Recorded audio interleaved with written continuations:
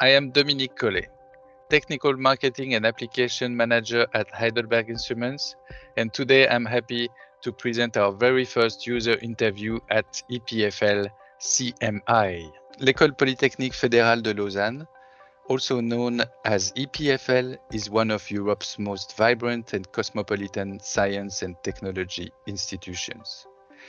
Its Center of MicroNanoTechnology, the CMI, was a beta site for our very first Maskless Aligner in 2014. We are happy to announce that they will soon receive their second MLA 150. To understand better about the CMI, the way it is run, its role within the EPFL, the research that it serves, and the industries that it supports, we invited Julien Dorsaz, the manager of the photolithography division of the CMI. Good morning, Julien. Good morning. Before working at Heidelberg Instruments as engineer in the Maskless Aligner department, Théophane Besson studied at EPFL. We thought that he was the right person to interview Julien. Good morning, Théophane. Good morning. Thanks to both of you for being with us this morning. So Théophane, you are free to start. Thank you. Hi, Julien. Nice to be with you today. What is your background? And when did you start working at EPFL? So first, good morning, Dominique. Good morning, Théophane. Thank you for the opportunity to let me discuss today. My name is Julien Dorsaz, so I am part of the photolithography staff. Regarding my background, I did studies and a PhD in physics at EPFL. Then I worked for two different companies in the field of optoelectronics, so mainly design, fabrication of LEDs and lasers. Since 2014, I am part of the photolithography staff in CMI, and I am responsible mainly for coating development and exposure processing equipment. So this includes direct laser writing tools. With that background, what did you motivate you to come to CMI EPFL?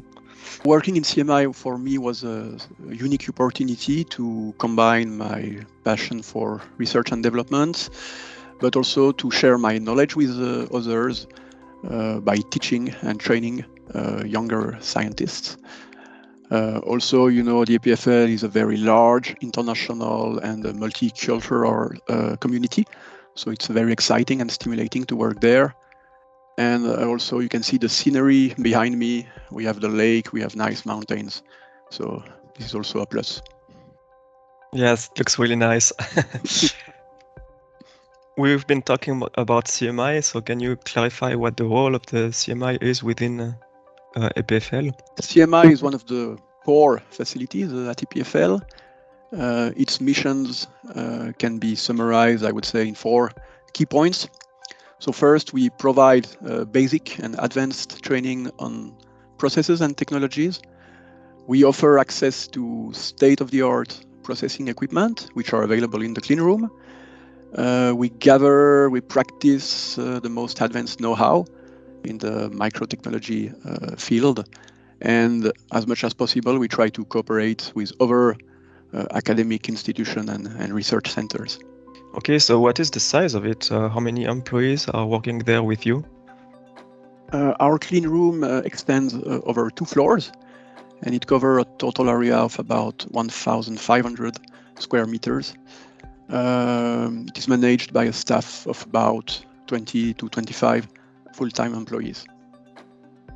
As I understand, in Switzerland, there are many research centers that are also partly part of the Swiss research program like CSEM, PSI, ETH or IBM. What is the relationship between the centers and the CMI? So at EPFL, we have the chance to have a large international community. So we have many contacts both in Switzerland and around the world. So in most of the case, we try to collaborate, to exchange information and share experiences in the domain of microfabrication. How is it financed? So CMI is part of EPFL. EPFL is as a school is funded by the Swiss government, and the Swiss government will allocate the budget for the purchase of new equipment and as well as a new infrastructure. Now the operating costs of the CMI, mainly salaries, media, they are covered by the fees, which are paid by CMI members using our facility. So is there also some revenue that could be generated by an industrial customer coming to your facility? Yes, so both academic and industrial users can access the Cleanroom. The pricing model will be slightly different depending if you come from the industry or from an EPFL laboratory. Industrial users will usually pay higher. Overall, in total, industrial users cover about 1/3 of the CMI revenue. Okay. We've been talking a lot and seeing a lot in the news that the EU is investing massively in the semiconductor sector. Is Switzerland involved in this process? Not much, I would say. You know, the semiconductor industry requires massive investments in order to stay competitive with the major competitors in US, Taiwan, and China. So Switzerland is a very small country, and we have a hard time to compete. So usually our industry is mostly focused on niche markets and not necessarily on the semiconductor market, apart from very specific research projects. Can you still participate in the EU-founded projects? We can, but the bilateral commercial relations between Switzerland and Europe are a little bit difficult, and they evolve regularly. Currently, researchers and companies from Switzerland can participate in European research projects, such as Horizon 2020. However, they will not receive any fundings, so this is kind of problematic. The Swiss Department for Economic Affairs will try basically to provide some compensations to the concerned researchers. Okay, can you tell us more about the research conducted at CME? Are they rather application-oriented, or do you also do fundamental research? A little bit of both. So we are dedicated to microfabrication. So most of our users intend to fabricate functional devices, most generally in the prototyping phase. But on the other hand, we have some users which produces devices which are tools for more fundamental research. For instance, in microfluidics, they create cells and traps for biology studies. And what are the main applications then that those users try to do? We have more than 70 laboratories in accessing the Cleanroom, and they come from different EPFL faculties, engineering, basic science, life sciences. So we have a very broad range of research topics. We can mention integrated photonics, power electronics, MEMS, and biology, so sensors, microfluidics. This is just a short list among others. And are there links with private companies? Do they find inspiration with the research that is going on at CMI? And does it help to have such high-end infrastructures in the area? It helps. So we have scientists here operating in CMI which are working on really new and innovative technologies, and they are trained and learned to operate state-of-the-art equipment. So when they leave EPFL, they have a very strong package and experience, which is attractive for private companies. So there are many companies usually that have a small satellite office in EPFL in the innovation park, and they look for and they hire new talents. And also, does an academic cleanroom help the research and development of private companies? We have private companies that are CMI members. So usually, as an academic institution, we study new technologies with advanced and innovative scientific equipment, and these equipment are in our clean room before moving to production facilities. So usually private companies can access the clean room to evaluate the potential of certain new technologies before purchasing the tools themselves. Do you mainly see companies, Swiss companies, or are there also foreign companies coming to CMI? Mainly, there are the Swiss companies. However, we have equipment which are very advanced, such as a deep UV lithography line, which attracts some international companies due to the very unique configuration. So we are still mainly based on 100 millimeter wafer size, and for some companies it's pretty specific, and they come to us from abroad.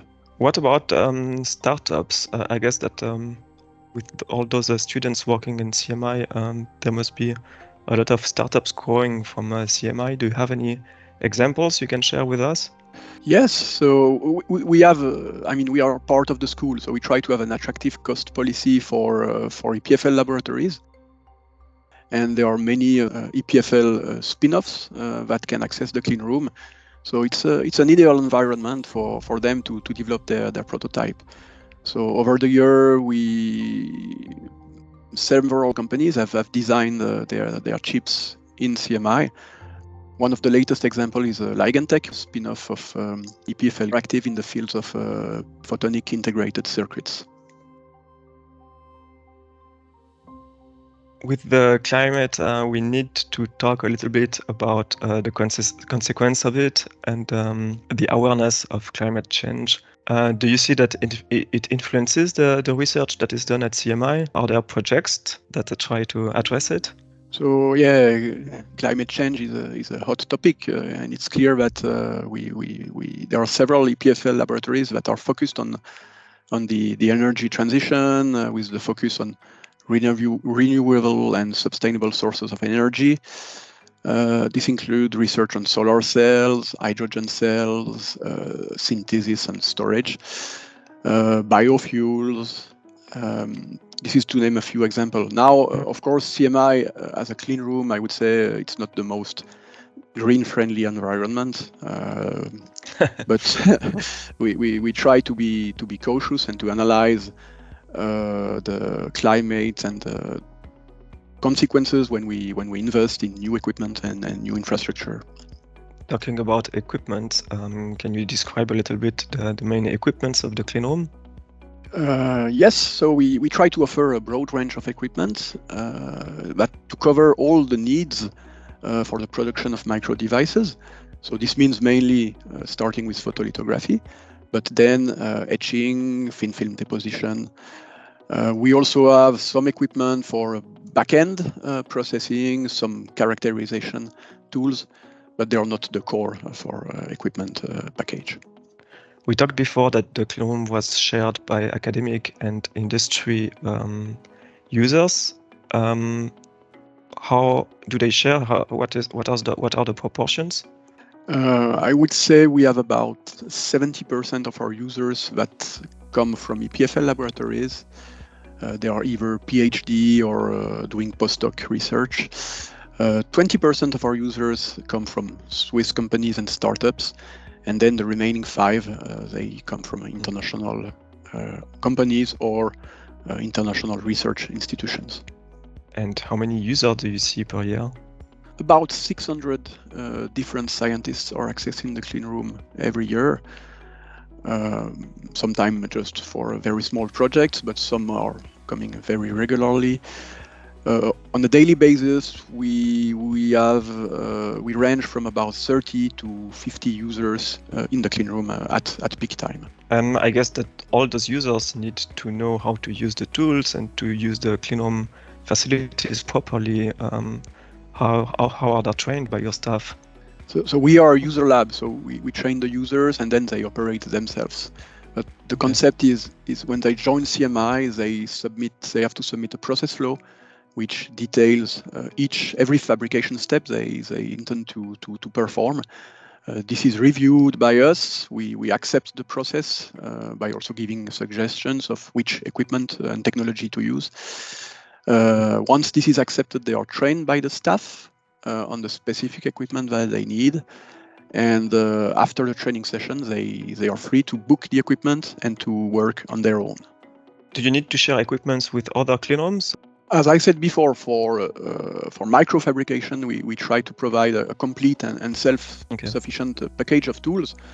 Of course, people also need to characterize their devices, and we are not necessarily equipped for that. So we have collaborations with other facilities in EPFL, but also in other places. And we know which tool can be used to characterize certain types of devices. So we share when necessary.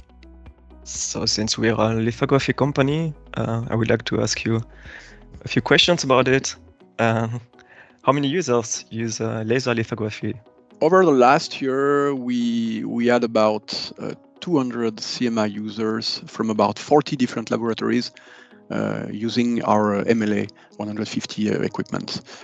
Since its installation in 2014, we have trained more than 400 users on the system. So this is one of our most active system, and basically every user has to do some photolithography at some point.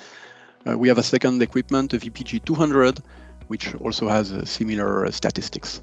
What type of resists do the user use? They have very different needs, and consequently we offer a very broad range of photoresist. So there are the very thin, below 1 micron photoresist for high resolution applications, some thick resist for high aspect ratio. We also have solutions for lift-off processing. We have positive and negative photoresist. We also work with different type of chemistries such as SU8. What is the state? I mean, you must be trying to achieve better and better resolution. So what is the state of deep UV in the facilities? Would you see the need for a deep UV laser lithography sometime in the future? We are lucky to own the deep UV stepper with an inline connection to a coating and development track. So this operates at 248 nanometer. And this is basically the state-of-the-art configuration at this node. So the printing performance is great. Resolution can go down to 150 nanometer with very good uniformity and high throughput. So in our case, we do not see the need for a deep UV laser writer. As you know, deep UV lithography, it has merits in terms of resolution, but it suffers from restrictions and limitations compared to the more mature and I would say the more versatile I-line photoresists and I-line processes. So, and a user that want to go even further can use the e-beam lithography. Do you use also the scanning probe lithography technology? So we have an e-beam lithography equipment. We are planning to purchase a second one in the coming years. We do not have an nanofraser equipment in the CMI, but we have one installed in one of our partner laboratories, which is EPFL LMES1. They have used the system since 2017. And basically, in our case, we may collaborate on certain projects, and we follow the updates on the technology. An actual topic with photolithography is also 3D printing of micro and nanostructures. What can you tell us about two-photon lithography at CMI? We are equipped with one 3D laser writer based on two-photon absorption. They are really exciting equipment because it lets you print basically everything. We have a certain number of groups that are active on this equipment. They work mainly in the fields of micro-optics, micro-robotics, applied photonics, and microfluidics. And yes, the tool is used daily. It's kind of niche project because they are still a little bit slow in terms of printing time, but very exciting types of equipment. Since the CMI has good collaboration with the industry, could you tell us more about what kind of industry adopted photolithographic process? Do they usually invest in their own equipment, or can they also come and use your facilities to produce? So they can come and use our facilities. But as you know, our missions are mainly focused on research, development, and training. So we are still based on small wafer sizes, 100 millimeter. And we do not necessarily have the equipment for industrial scaling in terms of large wafer sizes, high throughput. So industrial partners, they come to our facilities to develop projects, but most of the time when they are happy with this, they have their own facilities for scaling. How do you see the optical lithography evolving in the next 10 to 20 years? So I think we already discussed a little bit about high resolution processes, so scanners, extreme UV. In terms of budget, this is completely out of reach for CMI. So I expect that the traditional 2D photolithography will remain the main photolithography method. And maybe still here in 20 years, together with e-beam lithography. This eye-line photolithography technology is mature, the process are stable, equipments are mask aligners and laser writers. They are cheap and constantly improving, so they will stay.